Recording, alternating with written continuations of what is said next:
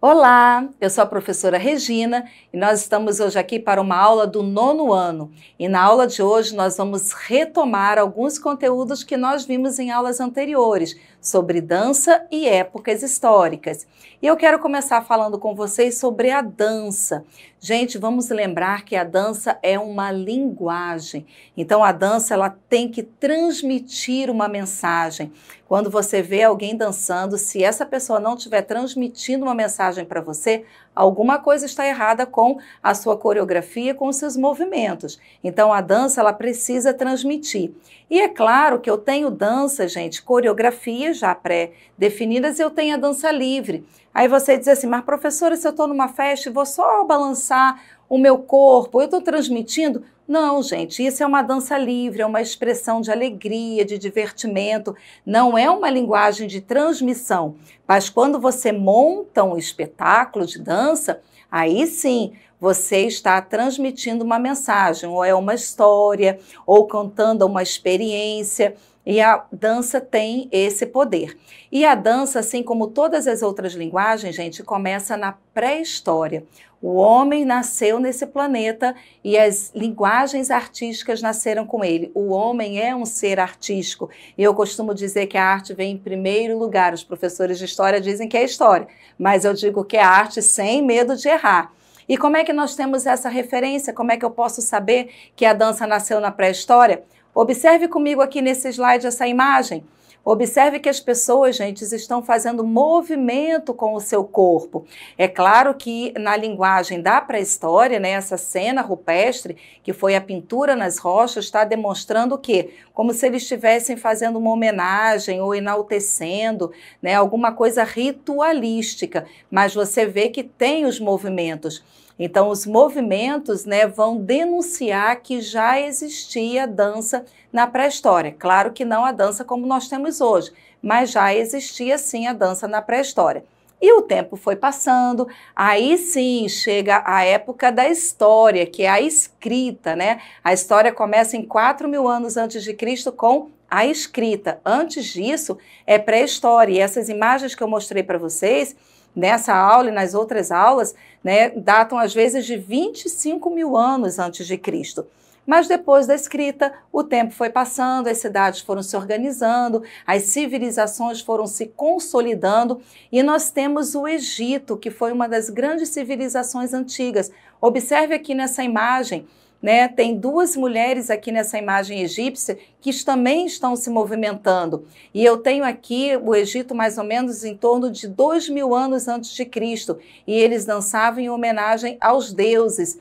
Na outra imagem eu já tenho os gregos, que é a outra civilização depois do Egito também super importante, que as danças também são usadas nos Jogos Olímpicos. E eu quero lembrar a vocês, gente, que a dança, desde a pré-história e durante toda a antiguidade, ela tem um sinônimo ritualístico muito forte. Isso só vai mudar depois, né? Depois dos gregos, nós temos os romanos e Cristo nasce em pleno Império Romano e de Cristo para cá nós temos a nossa era. Nós estamos em 2020 depois de Cristo, né? A pré-história está antes, o Egito é antes de Cristo, os gregos. Cristo nasce em pleno Império Romano. E no início desse Império Romano, do século V até mais ou menos o século XV, nós temos o cristianismo, é a chamada Idade Média, onde a religião cristã foi associada ao poder político. E nesse período, a dança, gente, vai deixar um pouquinho da característica ritualística. Para os cristãos daquela época, eles entendiam que a fonte de pecado era o corpo. Então, a dança, ela vai ficar mais nas comunidades, nas festas populares e na corte. Ela vai perder um pouco dessa questão ritualística que eu tinha no Egito, que eu tinha na pré-história, que eu tinha entre os gregos. E as coisas foram evoluindo e eu tenho alguns tratados sobre dança. E esses tratados sobre danças, eles vão surgir só no século XVI. Observe aqui nesse slide, eu tenho uma dança popular mostrando um pouquinho das festas já na Idade Média e eu tenho aqui um casal dançando, porque esse tratado do século XVI eu começo a normatizar a dança, primeiro coletivamente, depois em pares. E essa dança, gente, ela vai surgir no casamento da princesa florentina Maria de Médici com o rei da França Luís IV. E essa dança instituída dentro da corte vai se chamar balleto. E depois do balleto vai se derivar o balé. E isso surge na França. Então observe aqui nessa imagem que eu tenho as roupas bem grandes, né, bem volumosas, então os tecidos e as coreografias, gente, começaram a ser estabelecidas nessa época. Então a dança da corte, eles faziam desenhos, né, no chão, eles vão fazendo os movimentos e a coreografia, formando desenhos de quadrado, desenhos de círculo, de triângulo, porque esses símbolos geométricos, eles lembram união, eles lembram a perfeição, eles lembram a Trindade. Então, essas coreografias foram sendo surgidas, né, na corte e foram sendo aperfeiçoadas. E o tempo foi passando, nós chegamos ao século XIX. Observe aqui nessa imagem lindíssima o cenário, né, do balé Lago dos Cisnes, com a bela música de Tchaikovsky. E aqui no século XIX, com o desenvolvimento do romantismo, o balé vai se consolidar como uma expressão artística. E a gente chama o balé como a dança clássica. E esse balé, gente, ele não vai ter mais o auge na França, como foi lá no século XVI. Agora o auge dele vai ser na Rússia. Até hoje a Rússia é referência nessa questão da dança, do balé, e até mesmo os escritores, os estudiosos, né, aqueles que vão fazer os tratados, escrever os livros sobre a dança. E o tempo vai passando, do século XIX para o século XX, nós temos a modernidade com o desenvolvimento da indústria, a tecnologia, e a linguagem da dança também vai se modificar, também vai se adaptar a essa nova tendência, a esse mundo. E eu quero que vocês gravem bem, observe aqui nesse próximo slide, sobre um nome muito importante que é Isadora Duncan. Ela é uma pessoa que vai fazer alguns tratados da dança moderna, e ela vai dizer que a dança moderna precisa ser com um desenvolvimento maior, ela precisa ser mais simples, as pessoas têm que ter contato mais com o solo, os pés são descalços, eu tenho uma roupa mais leve, então o movimento do corpo, ele não vai ser tão ereto, né, uma postura sempre de frente para o público, mas ele pode se contorcer, ele pode ter um dinamismo maior. E isso tudo por conta da modernidade. E eu quero trazer para você também aqui no Brasil. Nós estamos falando da dança, né, na Europa, uma dança bem estabelecida, mas no Brasil nós temos também, claro, que essa dança clássica, mas nós temos as danças populares, as danças folclóricas. E no Brasil eu tenho uma junção de 3 povos muito importantes. Os indígenas, que aqui estavam antes da colonização, nós temos também a influência dos africanos, que vieram para o Brasil, e os europeus, principalmente os portugueses. Então acompanhe comigo nesse slide algumas danças de origem africana. Nós temos o jongo, nós temos a capoeira, o samba de roda, o maracatu, que são origens, né, danças folclóricas brasileiras de origem africana.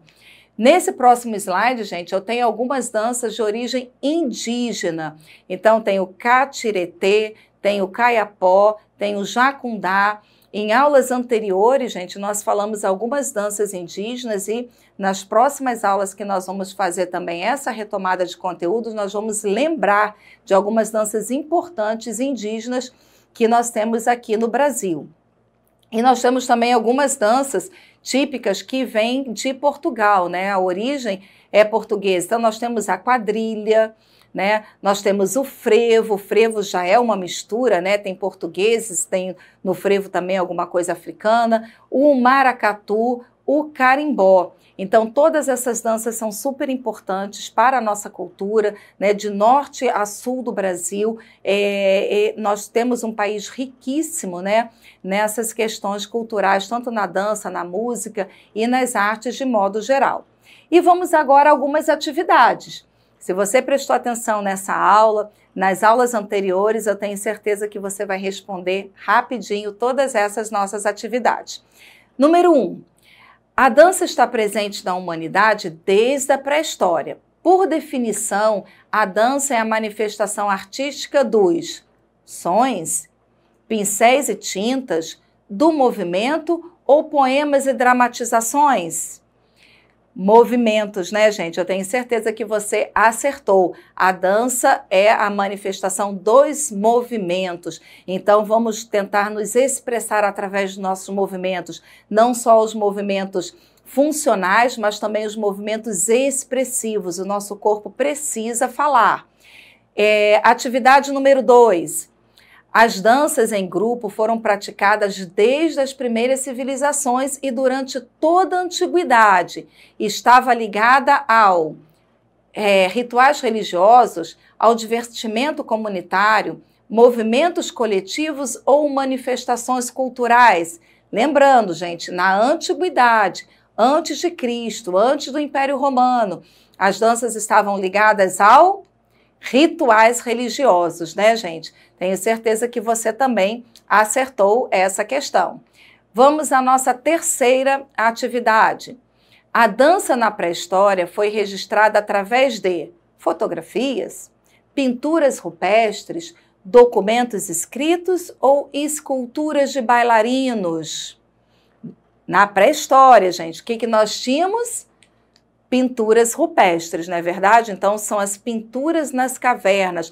Lembrando que se hoje você for numa região que tem uma caverna e você desenhar nessa caverna, você está fazendo pintura rupestre, que rupestre significa pintura na pedra, no lugar bruto. É claro que se for fazer um teste, vai ver que essa pintura é recente. Os testes foram feitos, né, das pinturas rupestres, e elas dataram de 25 mil anos antes de Cristo. Pergunte ao seu professor de ciências, ele vai falar do carbono 14, que é justamente o material que é usado para datar, né, essas pinturas antigas. E vamos à nossa quarta atividade. A dança no Brasil teve influência de alguns povos, e dentre eles, eu coloquei aqui, né, japoneses, esquimós, africanos, americanos. Quais seriam esses povos? Nós tivemos muitos, mas dentre esses que eu coloquei aqui para vocês, os africanos, não é verdade? Lembrando que nós temos também os indígenas e, obviamente, né, a cultura europeia, principalmente dos portugueses. Gente, hoje nós vamos ficar aqui, tá? Nós temos essas atividades e outras você vai encontrar na plataforma Eduque. Ouça as nossas aulas anteriores e eu tenho certeza que essa revisão vai ser muito importante para você. Até lá, até a próxima aula. Muito obrigada!